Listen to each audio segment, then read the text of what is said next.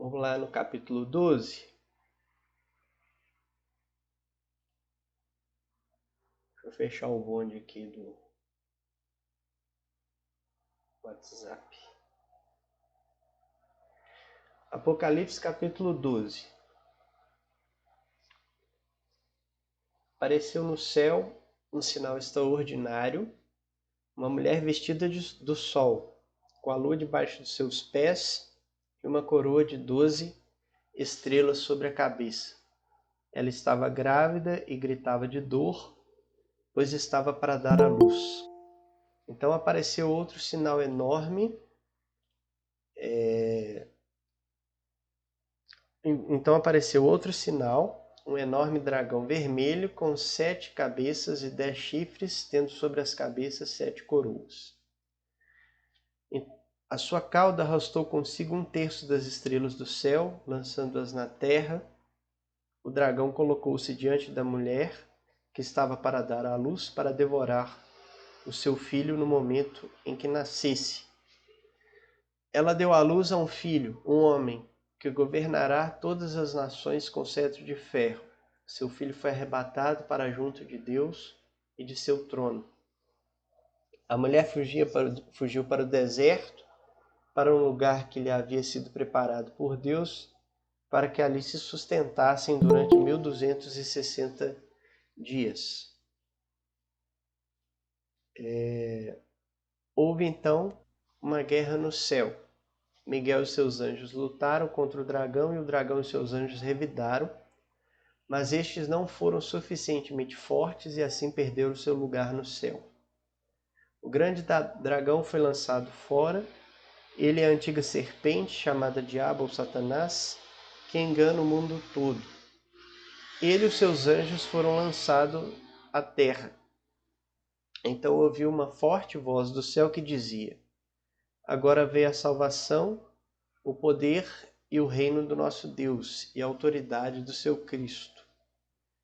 Pois foi lançado fora o acusador de nossos irmãos, que os acusa diante de nosso Deus dia e noite. Eles o venceram pelo sangue do Cordeiro e pela palavra do testemunho que deram. Diante da morte, não amaram a própria vida. Portanto, celebrem, ó céus, e os que neles habitam. Mas ai da terra e do mar, pois o diabo desceu até vocês. Ele está cheio de fúria, pois sabe que lhe resta pouco tempo. Quando o dragão viu que havia se lançado na terra, começou a perseguir a mulher que dera à luz o menino. Foram dadas à mulher as 2 asas de grande águia, para que ela pudesse voar para o lugar que lhe havia sido preparado no deserto, onde seria sustentada durante um tempo, tempos e meio tempo, fora do alcance da serpente. Então a serpente fez jorrar de sua boca água como um rio, para alcançar a mulher e arrastá-la com a correnteza. A terra, porém, ajudou a mulher, abrindo a boca e engolindo o rio que o dragão fizera jorrar da sua boca. O dragão irou-se contra a mulher e saiu para guerrear contra o restante de sua descendência, os que obedecem aos mandamentos de Deus e se mantêm fiéis ao testemunho de Jesus. Então o dragão se pôs em pé na areia do mar. Muito bem. Agora é o trecho, né, de Apocalipse que a maioria de nós aqui, além de conhecer, mas gosta, né, ou pelo menos quer saber mais sobre essas figuras tão extraordinárias que começam a aparecer nesses 2 próximos capítulos, né? Nesse capítulo de hoje e no próximo, que é o capítulo lá que aparece as bestas também. Então são capítulos assim que todo mundo estava meio que esperando chegar logo, para a gente poder ver aí alguns detalhes, algumas coisas que tem neles, né? Então, o João, encerrado ali a visão das trombetas, ele abre agora para uma nova visão, né? Para um novo apontamento aqui do texto de Apocalipse. Né? E o que ele vê? Primeira coisa que ele vê, né? Ele vê um sinal, a ideia aí, né? De aparecer um sinal extraordinário, e possivelmente ele tirou esse sinal, que era a mulher com dores de parto, fatalmente faz referência ali a um dos textos de Isaías. Né? Isaías capítulo 7 ali, ele fala a Acaz, né? O Senhor falando a Acaz, que pede que Deus dê um sinal, né? E quer seja embaixo nas profundezas ou em cima nas alturas. Né? E aí Deus se volta e fala que ele dará um sinal. E qual que é o sinal? A virgem conceberá e dará à luz a um filho. Ele chamará Emanuel. Né? Então é um sinal apontando para isso. Né? João está vendo um sinal muito semelhante a esse texto de Isaías, mas não somente a esse. Né? Tem um outro texto que coloca, né, coloca esse embate que existe nesses primeiros versos aqui, né, porque aparece esse dragão, e esse dragão está querendo atacar o filho da mulher. Né? E aí, com essa narrativa aí desses 4 primeiros versos, também os seus leitores lembraram de um outro texto, que é o texto de Gênesis, quando Deus vira para a mulher e fala: porém, inimizade entre ti e a mulher, entre a tua descendência e o seu descendente, este te ferirá a cabeça, tu lhe ferirás o calcanhar. E a mulher disse: multiplicarei sobre modo os sofrimentos da tua gravidez, em meio de dores dará à luz a filhos. Então, esses dois textos aí juntos se misturam aqui, nessa imagem que João está descrevendo para os seus leitores. Mas não apenas esses dois, tem mais um outro texto interessante, que logo no primeiro verso descreve as vestes, né, da mulher. Que ela está vestida de sol, com a lua debaixo dos pés, uma coroa com 12 estrelas sobre a cabeça. Então essa imagem aí de sol, lua e estrelas também vem no imaginário dos seus leitores, que é o sonho de José. Né? José, ele tem um sonho ali na sua história ali, né? E conta para o seu pai. Olha só, teve ainda outro sonho e o referiu aos seus irmãos, dizendo: sonhei também que o sol, a lua e 11 estrelas se inclinavam perante mim. Então, por quê? Por que João está juntando todas essas imagens, aparentemente colocando elas todas juntas aqui, nessa narrativa, né, para os seus leitores? É para os seus leitores situarem essas figuras aqui, quem são? Uma aqui, que é o dragão, está muito claro. O texto não deixa nenhuma dúvida de que esse dragão é Satanás. Né? E se refere a ele, inclusive, como a antiga serpente, a serpente que enganou Eva.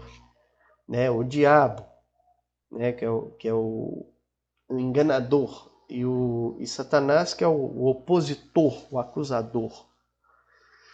Né? Então, se o dragão é esse, ele cria uma rivalidade com a mulher, que mulher é essa? Né? Não dá para você reduzir pela magnanimidade do texto, né? Ou seja, as imagens hiperbólicas do texto, não dá para você reduzir a uma única figura feminina. Você não pode reduzir essa mulher nem a Maria e nem a Eva.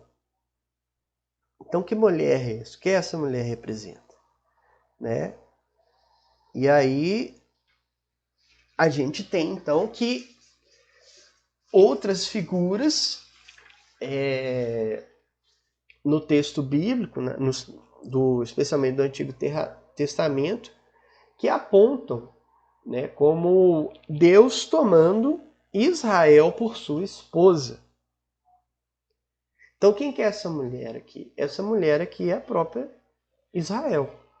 Mas não é também, e não dá para a gente fechar, não é Israel exclusivamente judaica. Não está falando da nação Israel, mas está falando da Israel como esposa de Deus, ou seja, é um Israel espiritual. Podemos falar assim, é a igreja do Antigo Testamento e que na virada do próprio texto também é a igreja do Novo Testamento, né? Mas é voltado para os judeus, para o Israel. A igreja do Novo Testamento que eu falo são os judeus convertidos a Cristo do Novo Testamento. Então, quem é essa mulher? É Israel. Qual era a missão de Israel na história? O povo acha que Israel tem uma missão sublime na história, no sentido de uma especialidade particular e que perdura até hoje essa especialidade de Israel. Mas não é a verdade. Israel tinha uma missão sublime de fato, especial, e Israel era especial, Israel nação era especial até cumprir essa missão. E Israel cumpriu. Né? Então, quando eu falo que Israel cumpriu a sua missão, com certeza pode dar um bug aí na cabeça de vocês, porque vocês falam assim, mas Israel falhou na missão, não falhou não? Se você pensar que a missão de Israel era evangelizar o mundo e proclamar a verdade de Deus para o mundo, ele falhou. Mas essa não foi, nunca foi a verdadeira missão de Israel. A verdadeira missão de Israel, né, que é em ti serão benditas todas as nações da terra, que começou lá com Abraão, a verdadeira missão de Israel é trazer o Messias. E essa missão de trazer o Messias é que tornaria todas as nações benditas. Né? Então, por isso que Israel cumpriu sua missão, porque ela trouxe o Messias. Israel foi preservado por Deus, foi mantido por Deus e trouxe, e cumpriu a sua missão de trazer o Messias. Né? Então, esse trecho aqui, ele está resumindo, né, uma espécie de resumo da história do Antigo Testamento de maneira figurada. Né? Para trazer o Messias, né, na história da humanidade, trazer o Salvador na história da humanidade. Então, é uma síntese. Esse capítulo parece nos trazer uma síntese da própria história do povo de Israel ali. Né? Então, o dragão, como eu já vi, já vimos no próprio texto, fala que é o próprio Satanás. Né? Mas não era o Satanás encarnado no sentido literal. É o Satanás ou o diabo operando por trás daqueles que se opõem ao povo de Deus, ao povo de Israel. Quem são esses aí? Né? São os impérios que vieram. A imagem que João traz aqui do dragão é aí quando ele começa a colocar esse monte de cabeças, né? São 7 cabeças, aí fala que tem 10 chifres, né? Aí são coroas nas suas cabeças, né? São 7 coroas nas suas cabeças ali. Tá falando de quê? Tá falando dos impérios. Se você juntar, pega para você ver o texto de Daniel, capítulo 7, que é o texto que fala dos 4 animais, se você juntar ali aqueles animais, juntar a cabeça dele, porque um deles tem 4 cabeças, né? Se você juntar o número de cabeças, dá 7. Né? E também, um dos animais lá tem 10 chifres. Então, você juntou todos esses animais ali, você tem o quê? 7 cabeças e 10 chifres. Né? E essas coroas aí? Essas coroas são sucessão de reis aí, né? Que governam esses impérios e por aí vai. Né? Então, a imagem aqui é muito ainda pitoresca, remetendo a isso, ao poderio satânico por trás desses impérios malignos. Todos eles tiveram alguma coisa contra Israel ali, não no sentido de um extermínio absoluto, porque Deus o preservou a nação, mas sim, foram os impérios que dominaram a história de Israel ali, desde o seu cativeiro até a vinda do Messias e até a derrocada final ali, a destruição da nação israelita também. Né? Então, esses aí é que são o poderio do dragão. Esses 4 impérios, né? O Império Babilônico, o Império Medo-Persa, o Império Grego e, por fim, o Império Romano, são o poderio do dragão por trás, né, aí, desses impérios. Eles representam esse poderio do dragão. Né? Aí no verso 4 aparece Cheguei aí, Bruno. Desculpa a Chegou demora. aí. Beleza. Tá bom? Beleza. No verso 4 aparece uma descrição que a gente também tem alguma curiosidade. E é interessante, gente, a gente estar atento à leitura do texto, né? O texto bíblico. Quando você... Se eu perguntar para vocês assim, como é que foi... como é que Pedro descreve a descida do Espírito Santo em Pentecostes?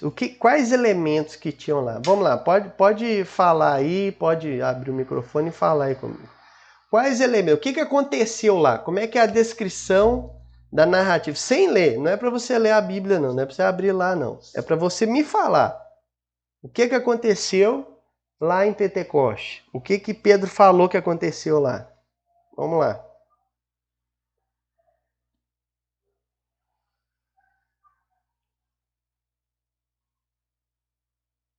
Eu vou colocar um sinal de ocupado.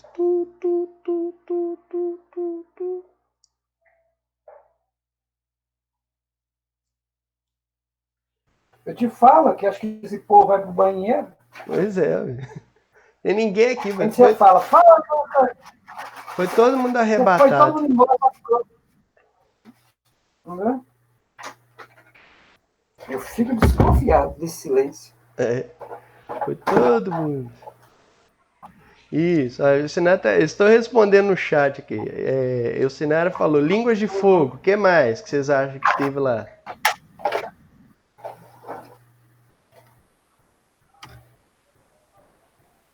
Várias nações. O que mais? Antes da língua de fogo teve o quê? Língua estrangeira? Isso, mas antes disso teve o quê? Para lembrar, gente. Pra Vento, lembrar. Como é que é? um vento forte? Isso, um vento forte. Então, como é que a gente acha que foi o Pentecostes? A gente acha que deu um vendaval e depois veio línguas de fogo. Não é isso que a gente acha? Não é isso mesmo?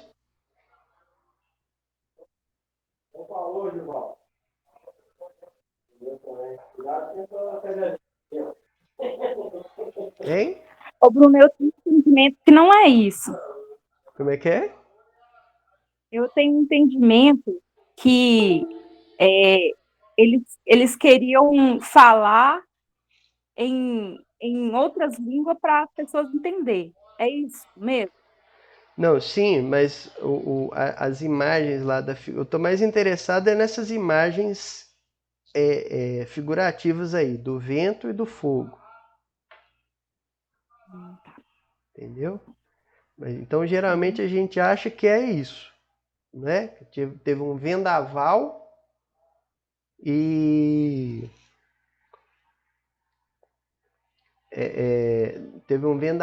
teve língua de fogo.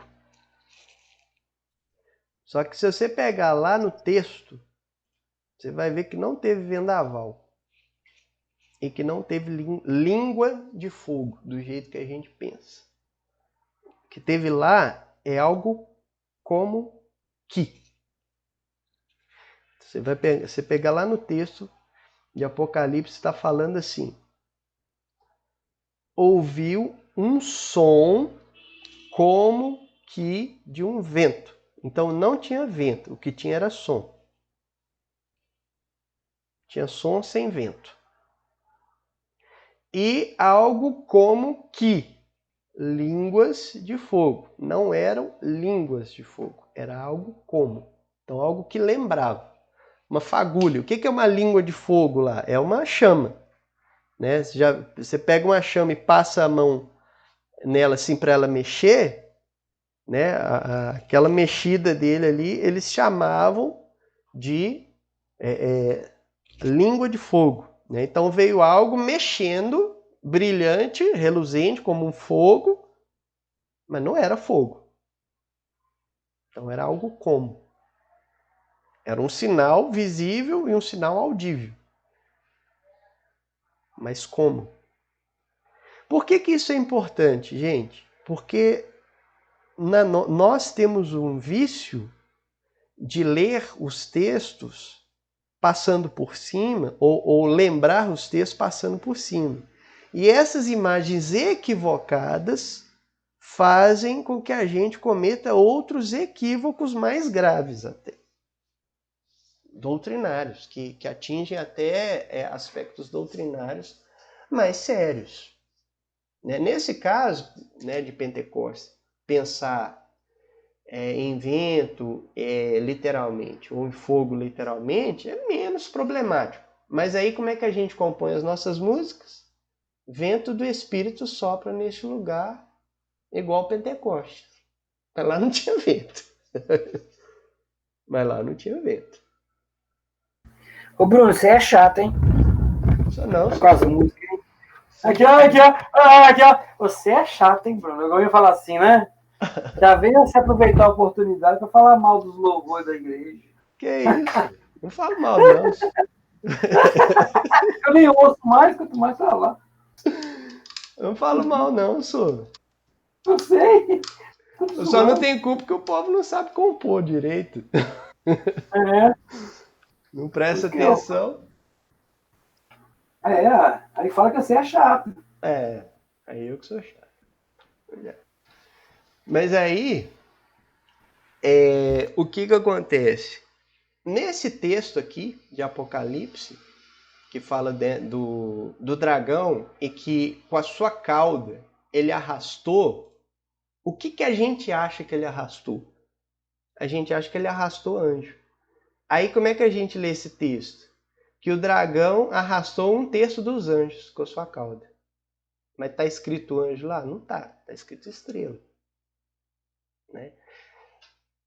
Ô, Bruno, então, só para entender, então esse vento não era o que você está dizendo aí, o vento do Espírito, é outro vento. Não tinha vento.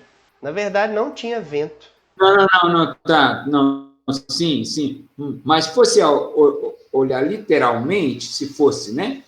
Não seria o vento do Espírito, seria um vento contrário. Seria isso? Não, Luiz, não. Eu só estou falando que a composição é equivocada. Entendeu? Não, eu sei, não, porque você está falando do vento e do fogo. Você está falando do vento do fogo, na época lá do Pentecoste, exato? Aí você falou que um vento é um som. Esse vento, quer dizer, eu posso até estar viajando aqui na filosofia, mas enfim, esse vento seria Um vento positivo ou contrário à época? Não, não. Não é nenhum nem outro. É porque não tinha vento. Só tinha som. Entendeu? Não existia Tá. vento lá. Não teve um vento, não teve um vendaval, só teve som. É igual falar que Elias subiu num carro de fogo. Entendi. Uai, Cléber, não era não? Não foi no carro de fogo, não? Que eu saiba, não. O carro separou Ele subiu no quê, Cléber? do redemoinho. Foi no redemoinho. É O pegadinha redemoinho de bíblica, fogo. gente. É pegadinha bíblica. Aí como é que a gente chama? A gente fala, ele subiu no carro de fogo, então vamos pedir para Deus trazer um carro de fogo para nós aqui. Tudo bem que em outras passagens lá tem alguma figura assim parecida, né? Tem. Mas a gente mas não é Elias, não é Não o olha. caso de Elias. É igual falar que outra pegadinha também dos irmãos dele. Quantos profetas que Elias matou? O mesmo texto. Lá no Né? Quantos, né? profeta Elias Quantas pessoas que ele matou lá no Baal, né? no Elias? Foi 850. 850, não fala 400, né? 400. Mas não 400 era de foram Baal. 450, 400 de um e 400 de outro. Isso. Baal, dos Baulinhos era 450. Ué. Entendeu? Então são as pegadinhas que a gente no vício da leitura e nas falas, porque esses textos, gente, a gente confunde, porque as pessoas falam errado pra gente e a gente não confere. Aí na hora que você lê o texto 1000 vezes, mas nunca reparou que não tinha nem vento e nem fogo. Era só algo como, era uma imagem, né? A mesma coisa acontece nesse texto aqui.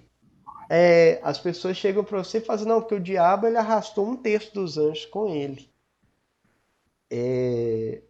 Mas no texto não está falando de anjo, está falando de estrela. É possível que esses anjos, que essas estrelas aqui representem os seres angelicais? É possível, mas nesse texto é frágil. Por quê? Porque logo embaixo aparece de novo o dragão e seus anjos, né? Então, assim, se essas estrelas aqui fossem anjos, provavelmente ia estar falando que era o dragão e suas estrelas, né? Já que apareceu dragão e estrela, e embaixo aparece dragão e anjo, a sensação que a gente tem é que são coisas distintas, né? Mas é possível? É possível. Mas eu acho mais seguro a gente pensar que está falando do poderio gigantesco dessa imagem capaz de tocar e mexer, inclusive nos astros. Ali. Tá falando, é uma representação gigantesca do seu poderio, né? Como eu falei, prefigurando aí os impérios, né? Gente, sabe uma coisa interessante? Eu até esqueci de mostrar aqui para vocês. Eu vou compartilhar minha tela aqui, só para mostrar para vocês.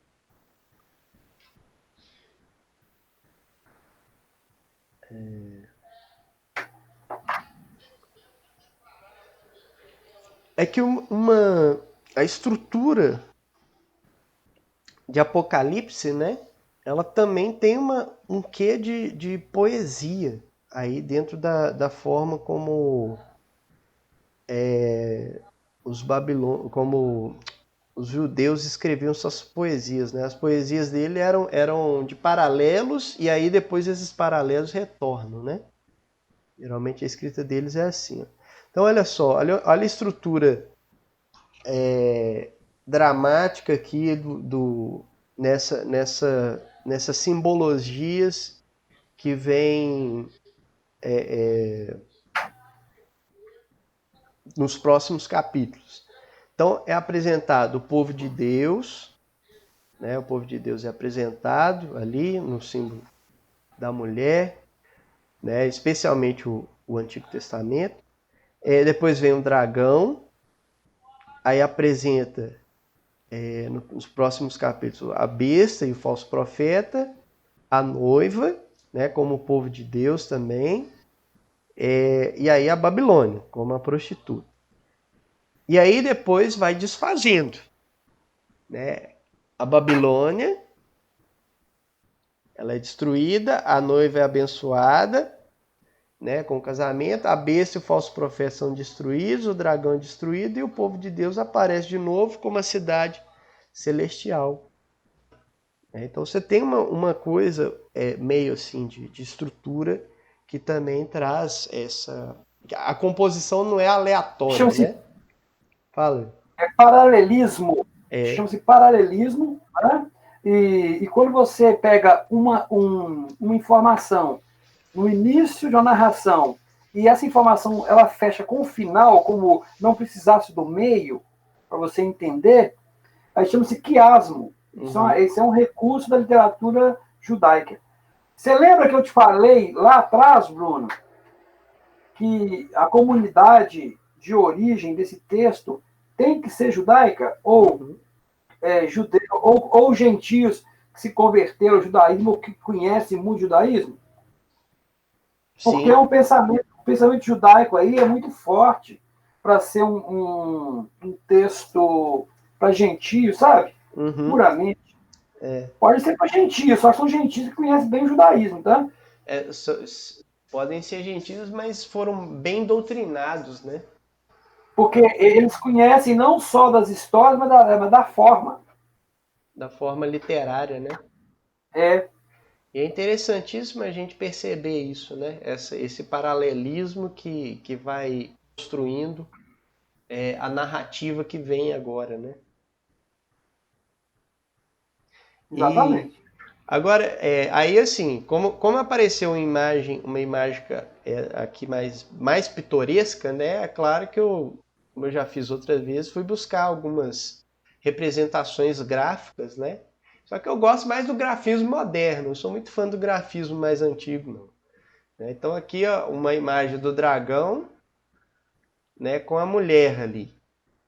A mulher aqui, a lua, a mulher vestida aqui no seu resplendor e o dragão aqui, esse bicho aqui, esquisito, cheio de cabeça. Né? Essa aqui é um pouco mais... Dragon Ball, né? Aí a cauda dele aqui, ó, arrastando as estrelas, né? As estrelas, né? Os bichos aqui, as cabeças dele, que você vê que é um dragão, mas que parece uma serpente também, né? Que lembra a serpente. Cavaleiro do Zodíaco. Mas o interessante é que ele é um dragão que parece uma serpente, mas ele não lembra tanto aqueles dragões chineses, né, Cleber? O artista aqui conseguiu fazer uma mescla mesmo, né? Um bicho exatamente. Agora, tem uns desenhos da Idade Média, né? Muito interessantes. Eles são muito... eles não têm muito recurso gráfico, mas eles procuram dentro da tapeçaria, que era feita em tapeçaria, representar todos os elementos ali do Apocalipse, né? Fazer elementos ali disso. Fazer uma coisa... Até que o povo... porque o pessoal não tinha, né, acesso ao texto, então as representações sejam os bordados, sejam nas capas das Bíblias, sejam nas esculturas, tudo que eles podiam mostrar. Eles tinham onde eles exploravam esses elementos. E é interessante você ver, para notar que eles tinham acesso, né? Pelo menos o grupo que escrevia tinha acesso e fazia uma interpretação, porque se você está desenhando alguma coisa, você está interpretando o que você está lendo. Esses grafismos eles são interessantes, né? Porque traz pra gente uma imagem assim. Você vê que a coisa é muito pitoresca, e aí com certeza você não consegue conceber a leitura disso aqui como algo literal. Porque depois que coloca no desenho, aí que você vê como é que tá difícil mesmo o negócio ser possível. Ele é representativo, né? Então, a ideia aqui do... Fala.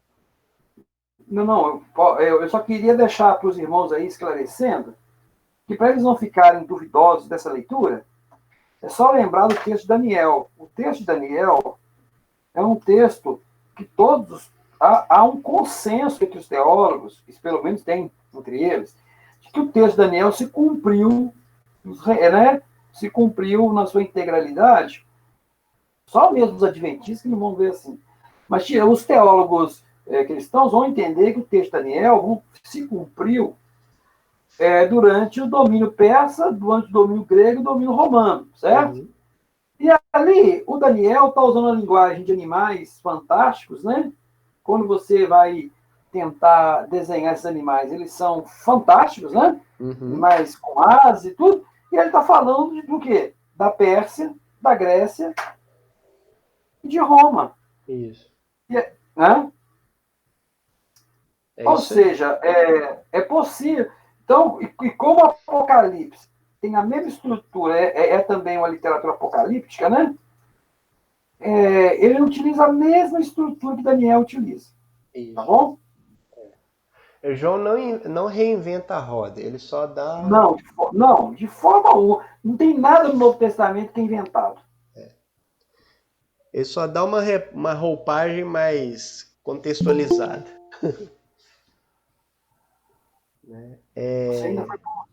Aí, então, seguindo aqui, né? O que representa o dragão arrastando as estrelas, né? É o seu poder ali, capaz de abalar, né, até mesmo os astros, as estrelas, né? E aí então aparece o filho da mulher, né? E esse filho então se a mulher é o Israel espiritual que cumpriu sua missão de trazer o Messias, esse filho é o Messias. Então o dragão estava querendo devorar, né? Estava querendo derrubar, destruir o filho da mulher que iria nascer, e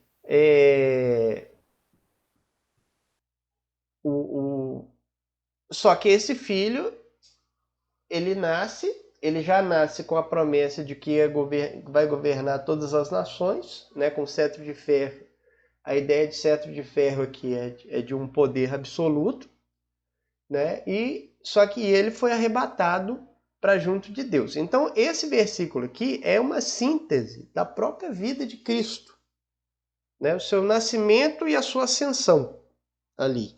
É o começo e o término da história de Cristo na Terra, né? Nesse sentido. É óbvio que dentro ali no miolo tem sua vida como obra, sua morte e sua ressurreição também. Mas aí ele sintetiza isso, né? E aí volta de novo o foco para a mulher, que ela foge para o deserto, para um lugar que havia sido preparado por Deus para que ali a sustentassem durante 1260 dias, que são 3 anos e meio. E aqui é interessantíssimo a gente ver. Porque quem que é essa mulher? Essa mulher não é o Israel espiritual?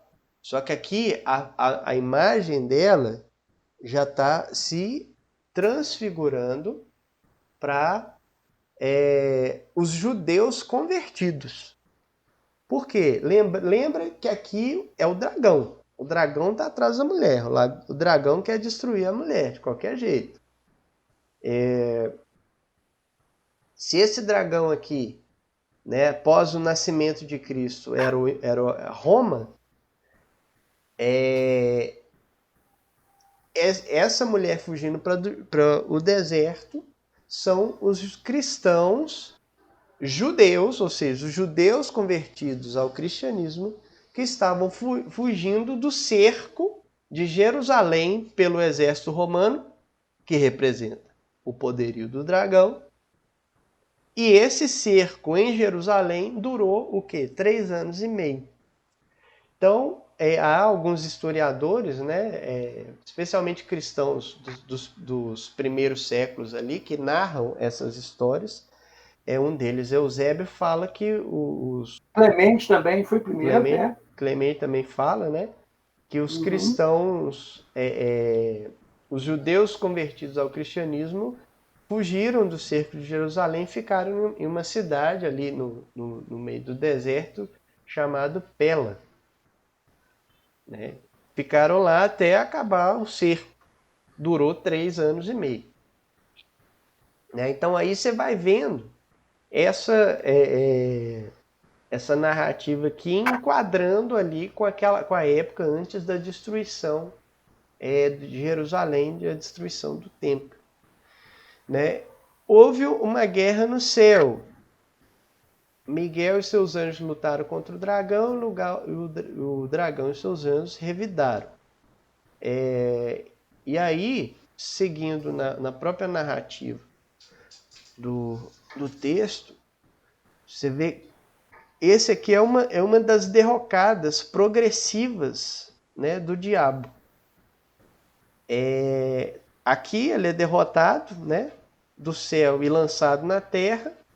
Mais à frente, ele é derrotado e lançado para o abismo, até que finalmente ele é lançado do abismo para o lago de fogo, onde há o juízo definitivo em cima dele. Né? Quem é esse dragão? É a antiga serpente que tentou a Eva, a gente já falando aqui, né? Seguindo ainda, dentro aí desses versos de 7 a 9, né, que fala que houve essa guerra e tal, que o dragão foi derrotado. O que batalha que é essa? É a própria uma declaração simbólica, né, da vitória de Cristo. Né? Não é que Miguel aqui era Cristo, não é, Miguel, né? Anjo é anjo aqui. Os adventistas costumam dizer isso, tá? Que Miguel é Cristo, mas não é. Né? É uma representação de Cristo. Isso. Mas não faz nem sentido, porque se o filho da mulher é Cristo, não tem como ele virar um anjo de um versículo para o outro, né? Mas eles alegam realmente, tem muito dizendo que Miguel seria uma figura de Cristo. Que não tá? Não é porque, inclusive porque hermeneuticamente não cabe, né, Clério? Forçar o texto. Muita forçação do texto. Pois é. Né? Quem que é Miguel? Miguel, ele é o protetor de Israel. No Antigo Testamento, ele aparece lá sempre muito com essa incumbência de proteger Israel e tal, né? E aí, então, a derrota do dragão aqui é exatamente o seu impedimento de acusar novamente, né, os filhos de Deus. Tanto que é o que é declarado em seguida, no verso 10, né? E Paulo já falava isso antes. Ele falou lá em Romanos, né? Quem fará alguma acusação contra os escolhidos de Deus? É Deus quem os justifica. Quem os condenará? Foi Cristo Jesus que morreu e mais que ressuscitou, está à direita, né, de Deus e também intercede por nós. O fato de Cristo estar à direita significa que Cristo agora é o regente, é o governante, né? Ele tem o poder agora, o governo. Né? Agora, seguinte, Bruno, eu acho é interessante ver essa questão da direita, não só como poder, mas como obra redentora, sabe? Perfeita. Mas eu vejo mais nesse aspecto, sabia? Sim, e não do aspecto da regência monárquica. Não, é porque tipo José ali, né, no Egito. Porque o que acontece é o seguinte, como a Trindade, né? É um Deus, 3 pessoas. O que acontece? eu considero que é mais a vitória sobre, né? É a vitória sobre, ou seja, a dívida paga, né? E como a dívida foi paga, agora o homem está sendo assistido como intercessor contínuo, né? Sim. Que é o próprio Cristo. Sim. Sim, exato. E não, porque poder, desde o início tem poder, né? Mas a gente entende isso, mas quem não tem uma visão clara da Trindade pode imaginar que Jesus tinha menos poder. Ah, sim, entendi. Isso. Entendeu agora qual que é o cuidado? Isso. Não é assim, eu tenho certeza que você está, né? Não é isso que você pensa.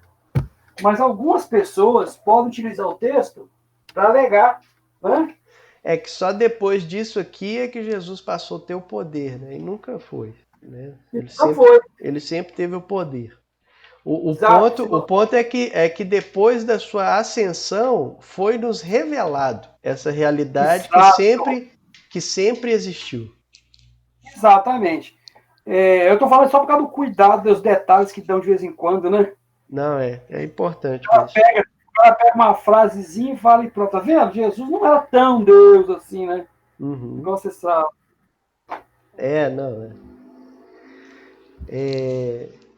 Mas é isso mesmo, cara. Né? É importante mesmo chamar essa atenção. O povo confunde muito essa questão da trindade, né? É muito... Aí acaba se perdendo aí, né? Porque é muito abstrato, de fato, né? Mas aí acaba se perdendo nas concepções. Né? Aí seguindo aqui, no verso 10, tem 4 declarações na frase aqui, né? Que são... nesse verso 10 aqui, que são importantes. Né? Que veio a salvação... também veio o poder e veio o reino de Deus e a autoridade de Cristo. Então veio a salvação, veio o poder, veio o reino do nosso Deus e veio a autoridade do Cristo. Que são essa declaração aqui é o conjunto do que representa toda a obra de Cristo na cruz, a sua ressurreição, né, e a sua ascensão aos céus, sentado à direita de Deus, né? Como aquele que... Aí, Clério, casou aqui com o que você falou, né? A completude da obra de Cristo. Exatamente. Porque é sutil que a gente fala, mas isso aí gera, né? Para quem quer questionar a divindade de Cristo, né? São esses pontinhos aí que eles pegam. Isso. E mais, né? Aí no verso 11 é que, no verso 10 ainda, que o acusador, Satanás, não tem mais peso. As acusações de Satanás não têm mais peso. É como se Satanás tivesse perdido o cargo dele, né? Óbvio que de uma maneira figurada aqui. Mas na cruz... Lembra que na cruz Paulo fala, né, que foi expostos os principados e potestades, eles foram expostos à vergonha. É muito nesse sentido. Vergonha de quê?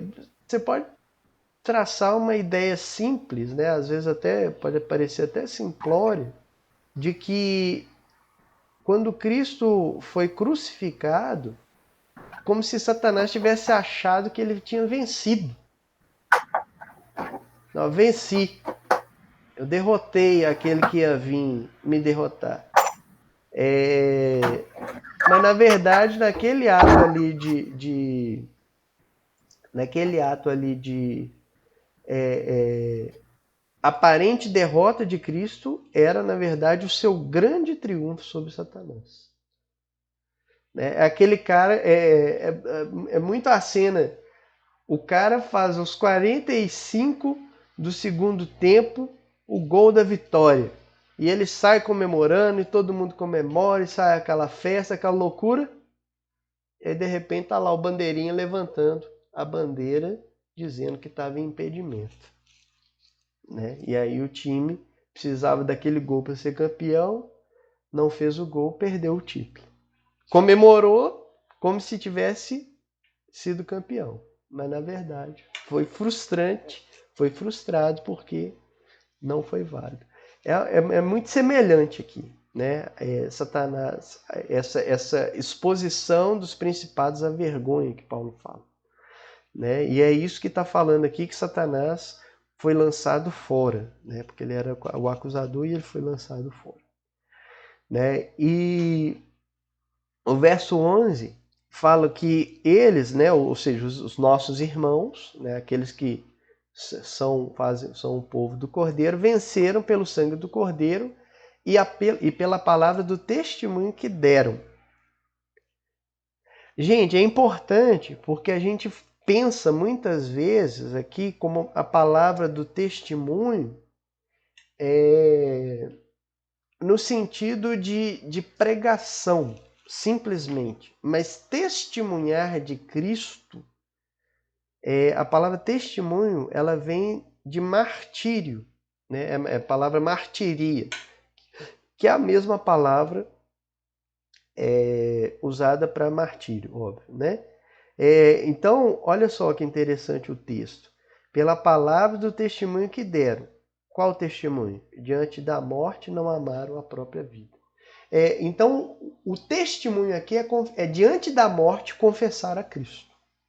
É nesse sentido aqui de Apocalipse que está sendo falado aqui. O testemunho que deram. Não simplesmente a proclamação do Evangelho, mas de quando eles foram pegos, presos, falam, nega a Cristo. Não nego. Quem que é o seu Senhor? É Jesus. Não, seu Senhor é o imperador. Falo, não, meu Senhor é Jesus. Tipo os amigos de Daniel lá, diante de Nabucodonosor. Vocês vão, na hora que eu troco o Nabucodonosor nervoso, com os caras, falando com eles assim, ó, na hora que eu tocar... vocês ouviram o barulho aqui da trombeta lá e tal, vocês vão prostrar diante da estátua. E eles viraram para o Nabucodonosor e falaram assim, ô rei, ó, seguinte, se você vai lançar a gente na fogueira ou não, isso é um problema seu. Se Deus vai livrar a gente da fornalha ou não, isso é uma questão de Deus. A nossa questão nós já resolvemos. Nós não vamos prostrar diante de você. É isso. O texto lá fala isso. Fala o seguinte, a fala deles o nosso Deus é poderoso para nos livrar da fornalha. Mas se ele não nos livrar, ainda assim não vamos nos prostrar diante da sua imagem. Então é muito semelhante isso aqui.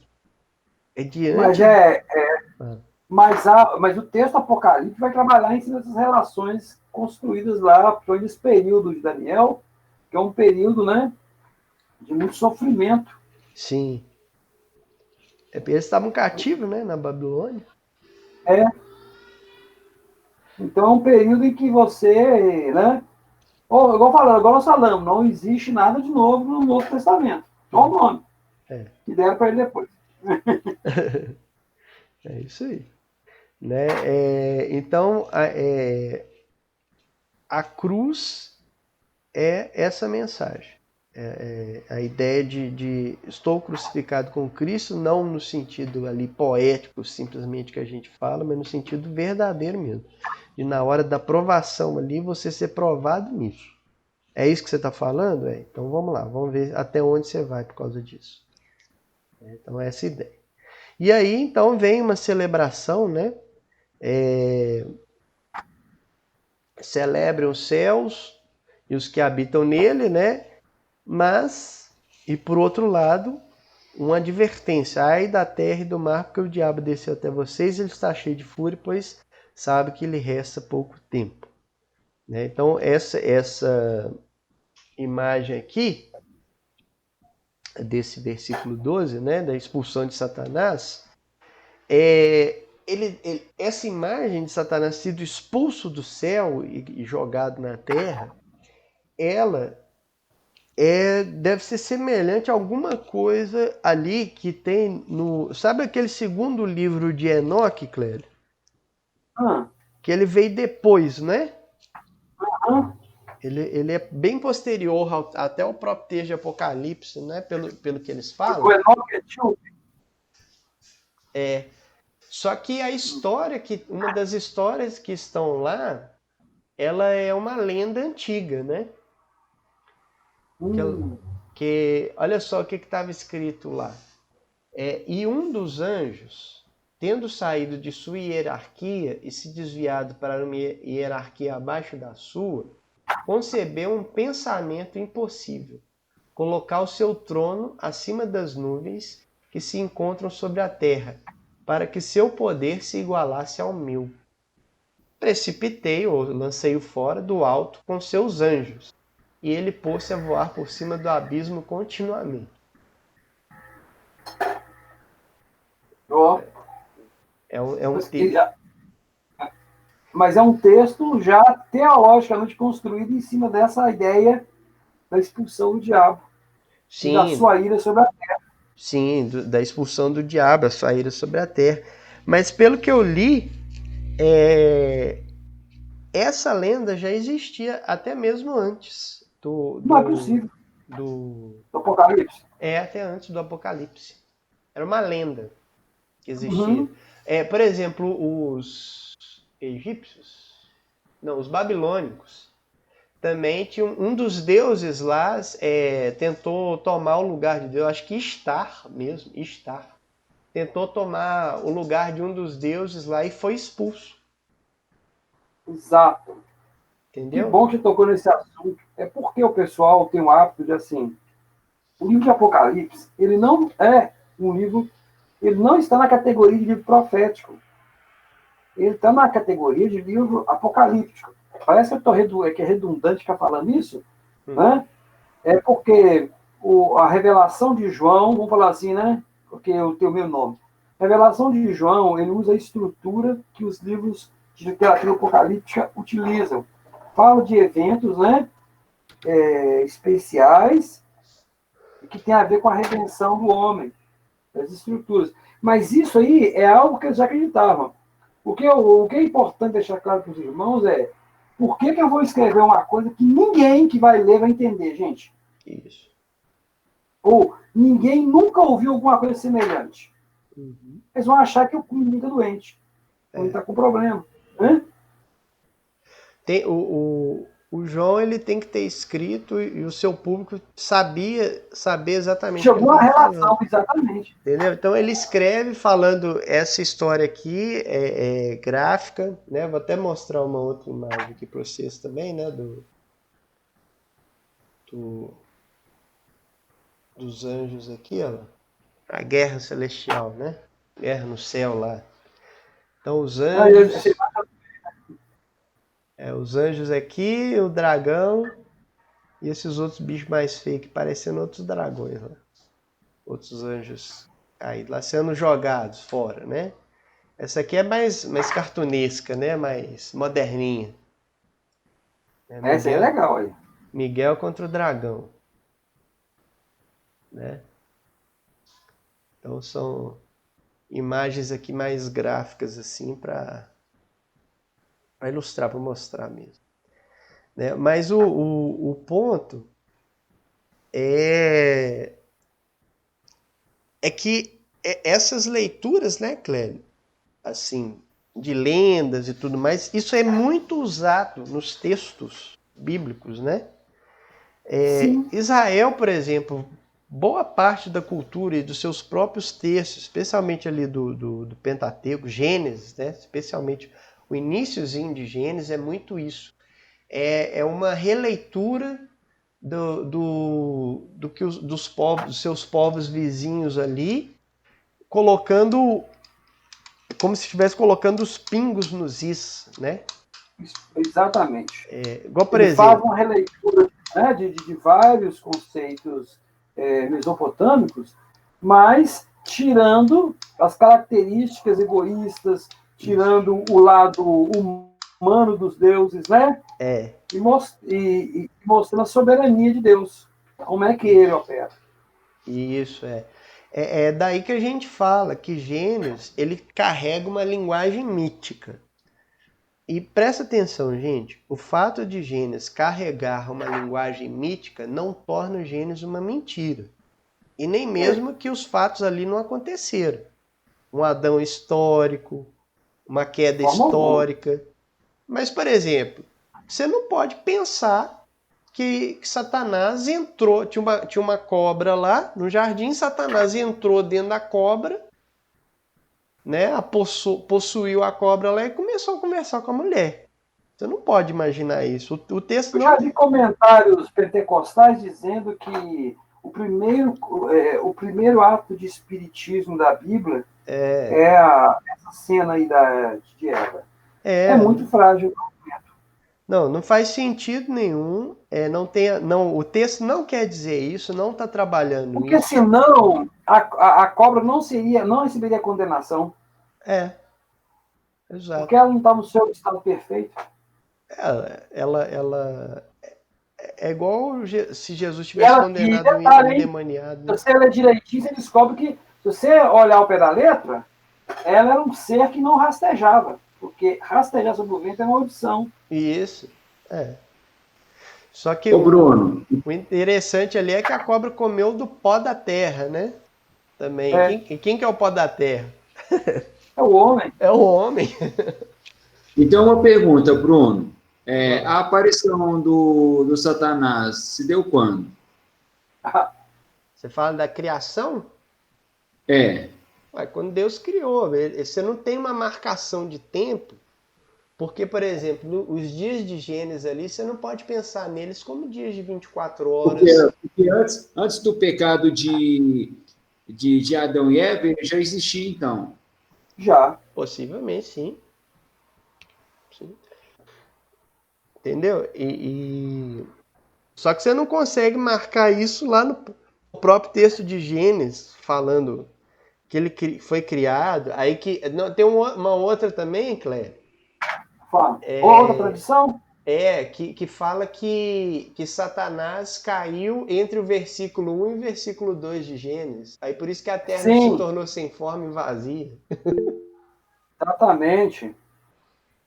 Agora, Edileia, uma vez, fez uma grande constatação. De onde vem a água? Que Deus não cria a água. Ela já estava lá.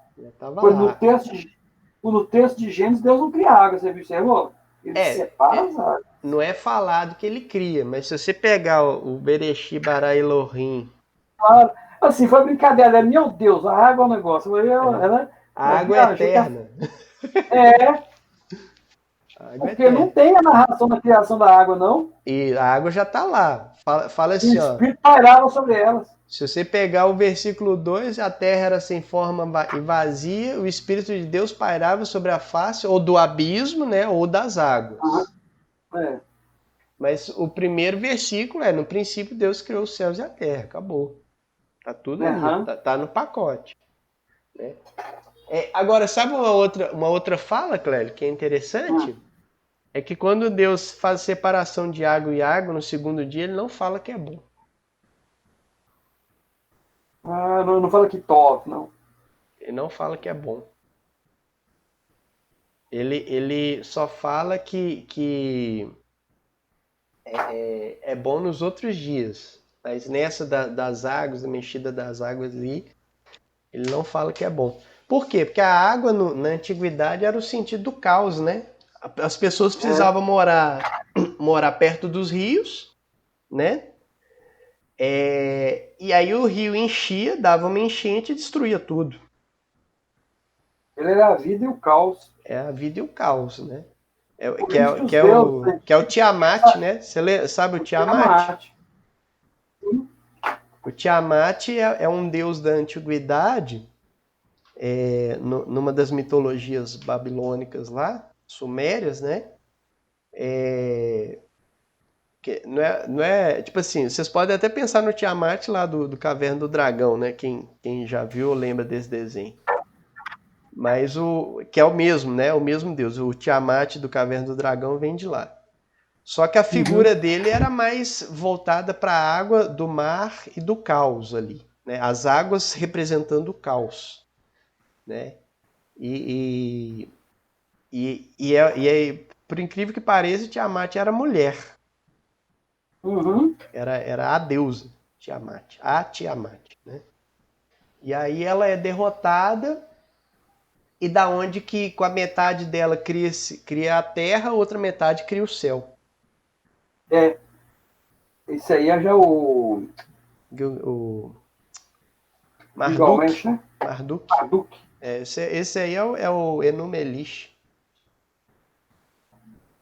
O outro Gilgamesh é o Atrahasis. O épico de Gilgamesh é o Atrahasis. O povo está escandalizado. Será que a Bíblia vai chegar, hein?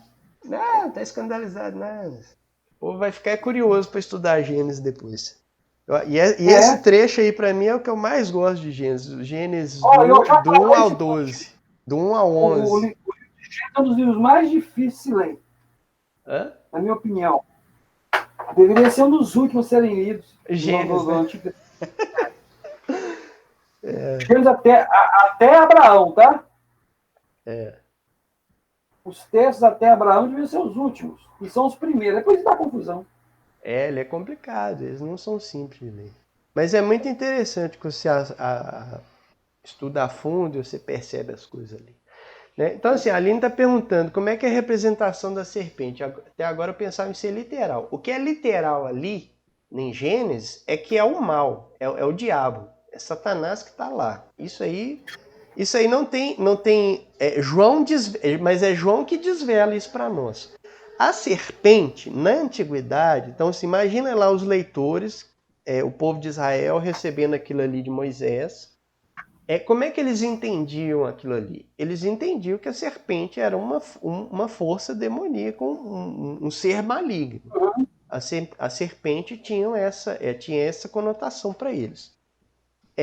João revela... Agora, em João, nós temos a revelação de que essa serpente é o acusador, o enganador, o anjo que foi banido dos céus, como a gente está lendo aqui nesse capítulo, entendeu? Então é isso, é literal nesse sentido. Ele foi lá e tentou o casal e o casal caiu na dele. Isso aí é tranquilo. Né? Agora, que é uma representação mítica, é uma linguagem mítica, isso que eu estou querendo dizer. É só a linguagem.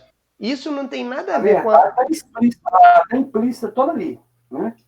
Exato. Isso não tem nada a ver com... Tipo assim, você falar que a linguagem mítica não te dá nenhuma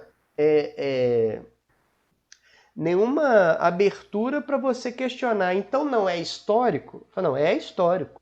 Só que numa linguagem mítica. É o que nós estamos lendo aqui, não estamos? Nós não estamos lendo aqui uma linguagem mítica? Ou vocês acham aqui que o João estava falando de um dragão de verdade? Igual eu mostrei para vocês aqui na imagem. Não é. Nós não estamos percebendo a interpretação aqui que esse dragão é o poderio perverso do diabo que orienta os impérios da terra contra o povo de Deus. Não é assim que a gente fala? Entendeu? Então, mas é a linguagem muito semelhante. Né? Então a gente não precisa se preocupar com isso. A história que o homem caiu de fato, foi tentado de fato, tudo mais. Fala. Então, é o mesmo que você... Eu dou como exemplo, quando eu estou dando aula, eu dou exemplo sempre de Lamentações de Jeremias e a destruição de Jerusalém por Nabucodonosor, descrito no livro dos Reis. Né? Ali estão falando a mesma coisa.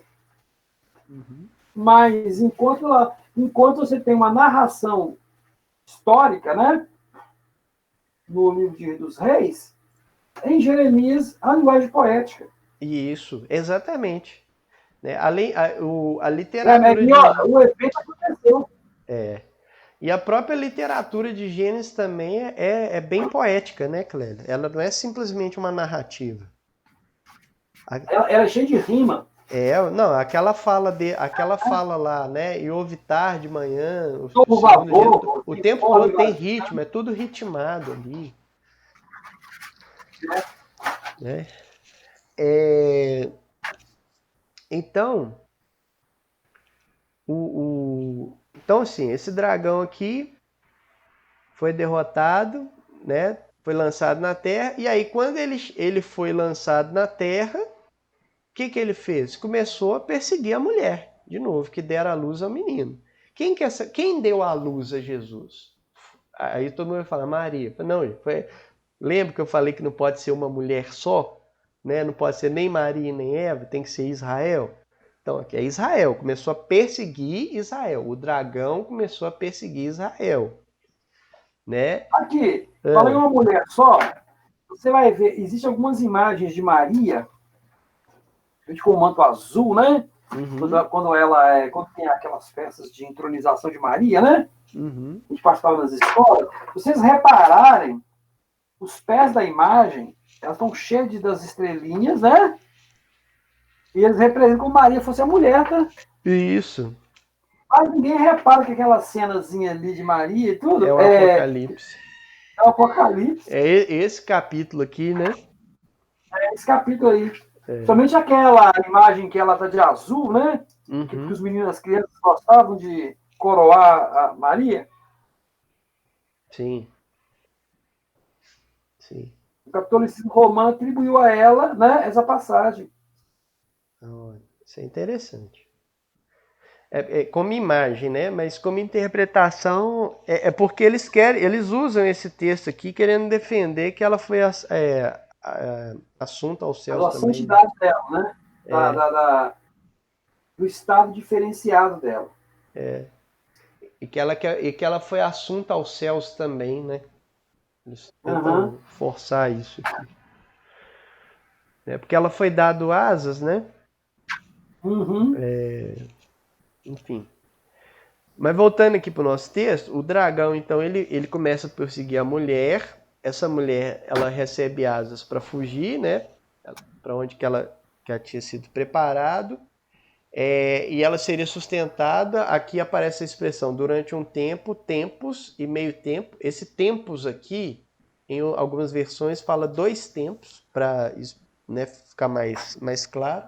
Que é a mesma ideia de 1260 dias ou 3 anos e meio. Então aqui ser sustentado durante 1 ano, 2 anos e meio ano. Né? Então é 3 anos e meio fora do alcance da serpente. A serpente faz jorrar a água da sua boca para alcançar a mulher e arrastá-la. E a terra ajuda a mulher engolindo o rio que o dragão fizera jorrar. Aqui, o que está falando nesse trecho aqui? Está falando exatamente da perseguição do Império Romano sobre Jerusalém. Né? E que isso destruiria a igreja. Né, ali em Jerusalém. Então o dragão tem pouco tempo para destruir. Por quê? Porque é só 3 anos e meio. Vamos pensar assim. Né? Dentro do contexto aqui, viu, gente? É disso que nós estamos falando. Né? Essa água aí, que o dragão jorra, né? Da boca, provavelmente refere-se ao próprio exército romano que ficava ali às voltas da cidade capturando aqueles dissidentes, aqueles que estavam fugindo da cidade eram capturados pelo exército romano. Só que eles não conseguem capturar os judeus convertidos que fogem da cidade. Esses judeus conseguem fugir antes do que o exército romano pudesse ali capturá-los de alguma forma. Isso, né? E isso é especificado quando Jesus, lá no sermão escatológico, capítulo 13 de Marcos, os que estão no errado não desçam, os que estão, né? Era estratégia, não volte para Jerusalém, lá, não, né? Você está no meio, vai embora, ou seja... Quando vocês virem, já vai. Não volta. Vai. Não volta não, porque depois vai ser difícil. Vai dar ruim. Né? E aí, por que usa essa imagem aqui das águas, né? E até mesmo em Apocalipse, mais à frente, tem uma referência lá, que João viu águas, né? Em determinada ocasião lá, em relação a Babilônia, né? A grande meretriz. E aí, mais à frente, no capítulo... Tudo isso capítulo 17 de Apocalipse. E mais à frente fala, as águas que você viu, onde se assenta a prostituta, são povos, multidões, nações e línguas. Né? Então, possivelmente, as águas dentro de Apocalipse tem muito essa figura aí de povos, né? De ajuntamentos grandiosos, né? Multidões ali. Então, por isso que dá para a gente tentar inferir aqui que é o exército romano mesmo, essas águas. Né? E é interessante, Cléber, que aí lendo, eu vi uma história aqui de que o Vespasiano enviou Plácidos para perseguir os fugitivos judeus, né, que estavam fugindo lá de Gadara. E o exército lá de Plácidos, eles acabaram sendo parados pelas águas do Jordão lá, que se expandiram na época. E aí eles foram se arriscar na batalha, né? Tipo assim, foram se arriscar na perseguição e acabaram sendo arrastados pelo rio. 15 mil soldados morreram. Nossa. Porque não tinha essa informação. Porque tentaram perseguir alguns judeus que fugiram, que atravessaram o Rio Jordão deu uma enchente e morreram. Né? Que a ideia é que a terra, né, abrindo a sua boca para ajudar a fuga aqui da mulher, né, os elementos naturais sendo usados por Deus, né, extraordinariamente em favor do seu povo. A gente tem isso nas pragas, na abertura do Mar Vermelho, né? Então, isso aí é bem... O C.S. Lewis usou isso naquele, né? Como é que é? Na construção dos seus livros, lá das batalhas, né? Quem? Quem que usou? C.S. Lewis. Quem? Não ouvi de novo. C.S. Lewis. Né? C.S. Lewis, isso. O Príncipe Caspian lá do Rio, né? Aquela cena do Rio é uma das que eu mais gosto. Linda, né, cara? Maravilhosa. Maravilhosa. Né? E aí, gente, fechando o capítulo, o dragão irou-se contra a mulher, mas como ele não era mais capaz de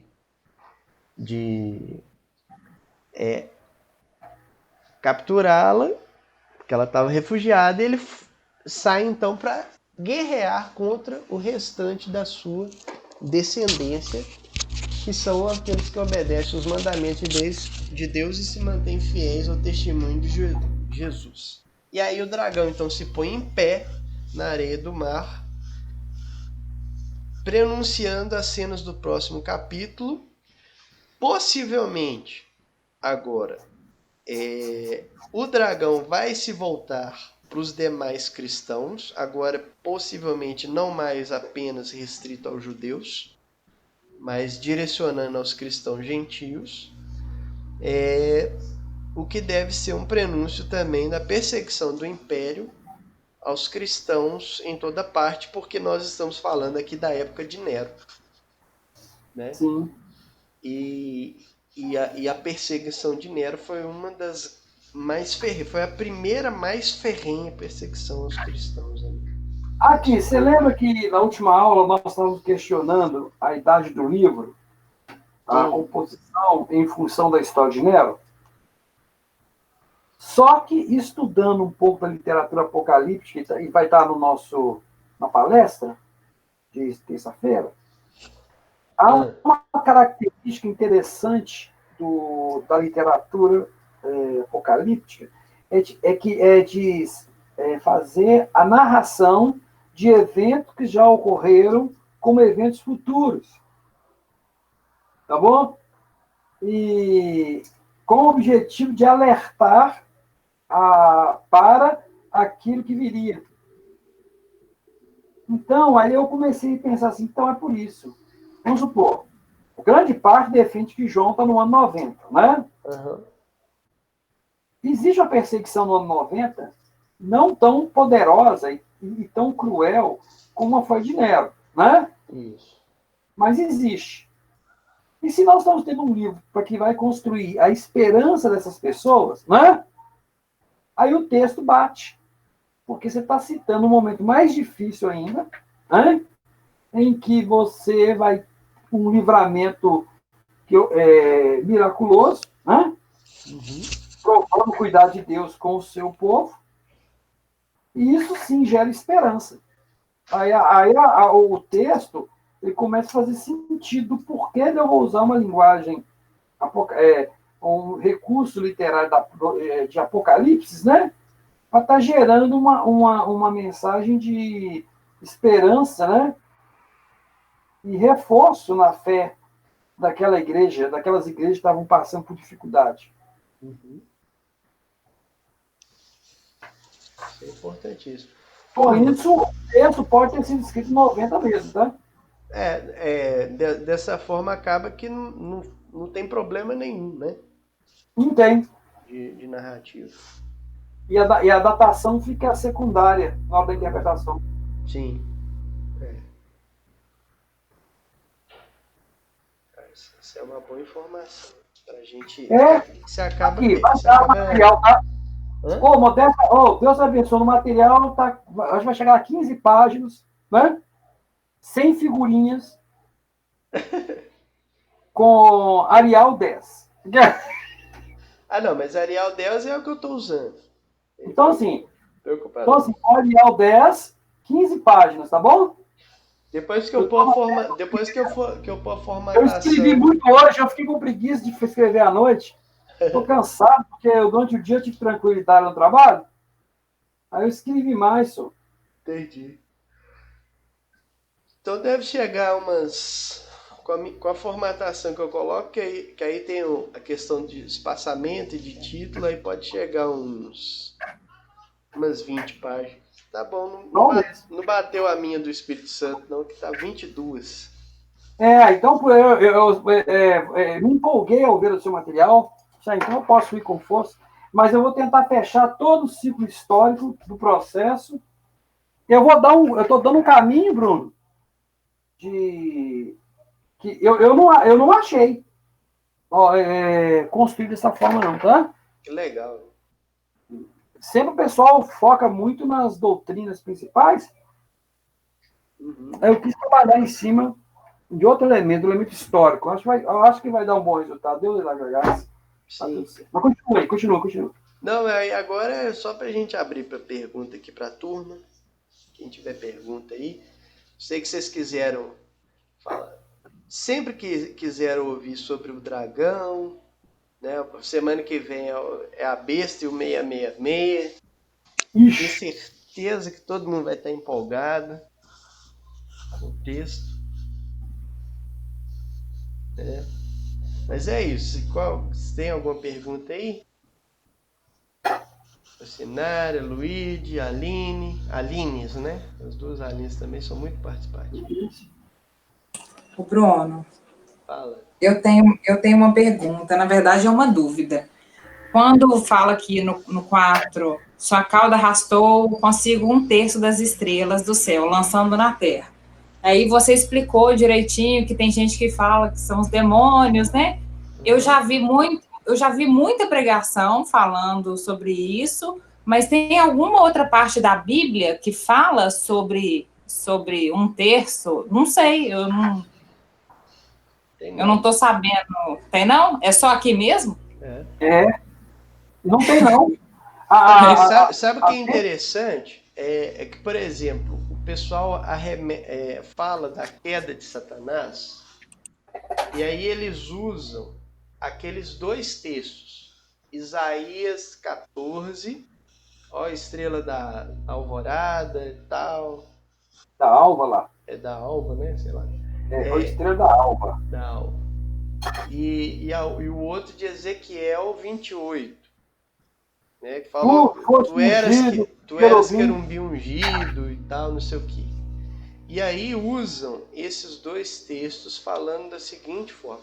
Ninguém fala que esses dois textos estão falando dos reis ali, do rei de Tiro, né, e nem do rei que era inimigo de Israel, e nem do rei Isaías é Babilônia?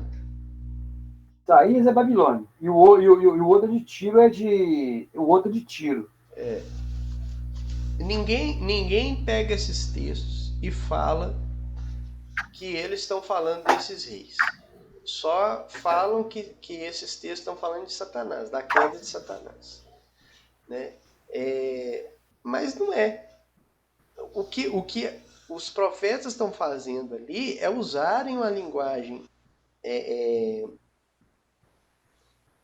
fantástica, igual nós estamos vendo aqui, para falarem desses reis. Assim como nós estamos falando aqui que o dragão, que é o poder de Satanás, mas Satanás está por trás de quem aqui? Está por trás do Império Romano. Lá é a mesma coisa. Quem que era? Quando ele fala lá que era querubim ungido e tal, não tem nome, não está falando a diabo lá. Está falando só que era o querubim e caiu. De onde que vem o... Agora vamos falar de Isaías, né? Porque em Isaías tem estrela da alva, né? Uhum. O Jerônimo traduz estrela da alva, que luz, né? O que reflete, aí vai chamar de Lúcifer. Mas, na verdade, não é o nome. Por latim, era a tradução para o latim. Quem manteve esse nome foi algumas outras Bíblias. É claro que hoje esse nome hoje dentro da cultura cristã, da cultura. De vários anos, né? Nós estamos falando de mais de 2 milênios aí. É claro que esse nome está atribuído, não tem como mudar.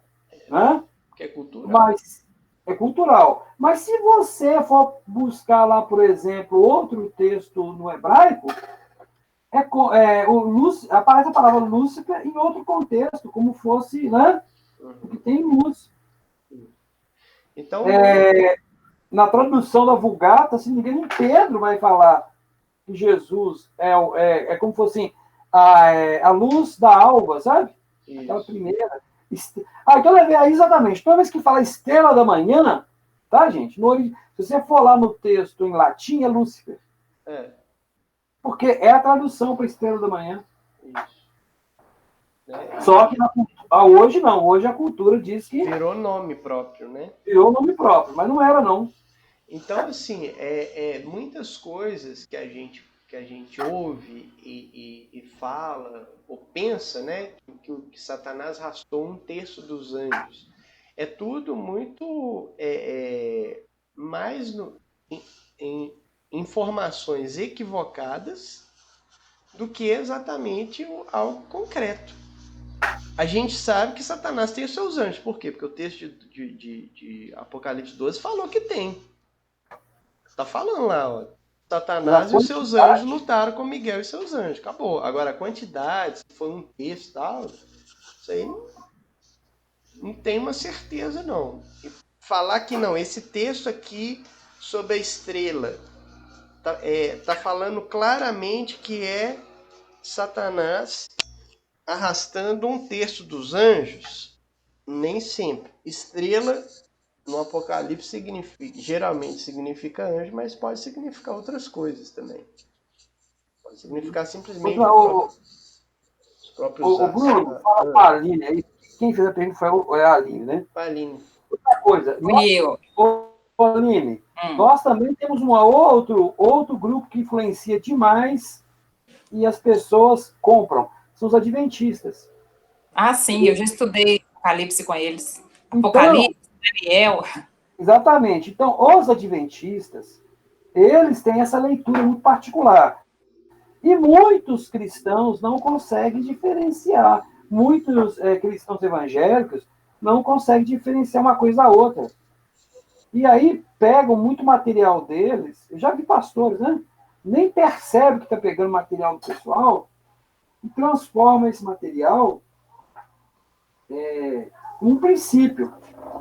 Né? Pode falar, querida. No início da minha conversão, não tinha... Eu me converti numa igreja pequenininha no interior, então, assim, não tinha muito estudo.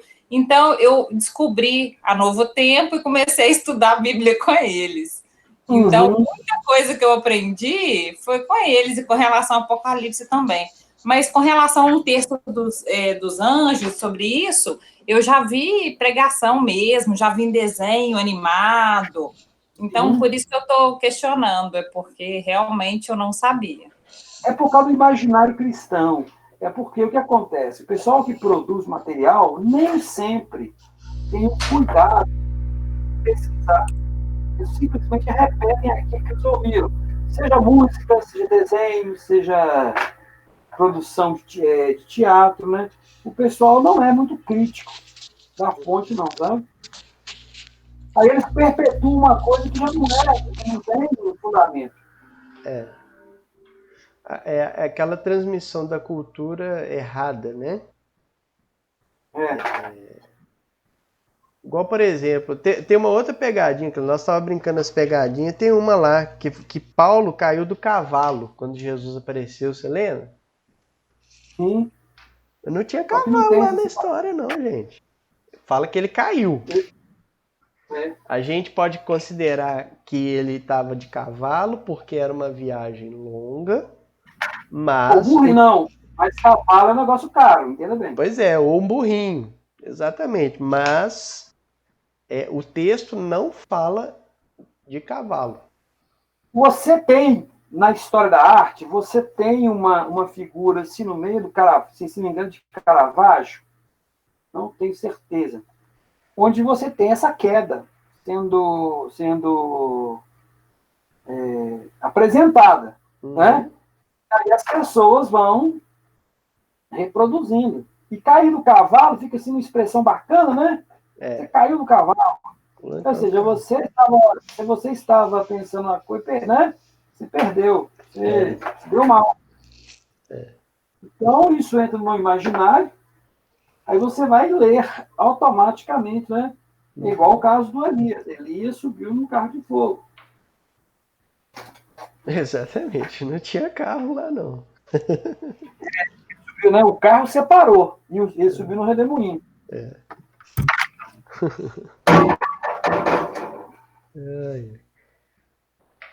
Sabe o que eu sinto? Parece que a gente tem que deletar tudo que a gente aprendeu para começar de novo, porque é muita coisa que a gente aprende errado. Ô, Aline, mas não é só você que sente isso. A gente quando passa por isso aí é um processo chamado de desconstrução e reconstrução. Isso aí faz parte não deveria, mas faz parte da caminhada cristã. Por quê? Porque as nossas igrejas, de uma maneira geral, elas não formam bem os cristãos. Elas não discipulam e não ensinam bem os cristãos. As pregações são fracas, as escolas bíblicas são fracas. Quando tem escola bíblica, muitas vezes o material é duvidoso, entendeu? Então, as fontes não são seguras, não há pesquisa, não há idoneidade. Só pega o que é mais barato, o que é mais prático, o que é mais ali, mais acessível de certo modo. Né? E aí acaba isso prejudicando a formação de todos os cristãos. Né? Então, porque não tem um estudo sistemático, né, Bruno? Isso. Das escrituras, uma sequência